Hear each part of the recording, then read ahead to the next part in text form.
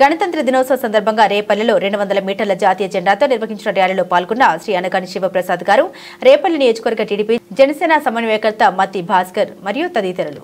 నా మాతృభూమి భారతీయులందరూ నా సహోదరులు.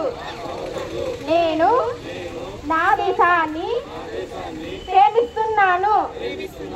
సుసంపన్నమైన బహువిధమైన నా దేశ వారసత్వ సంపద నాకు గర్వకారణం.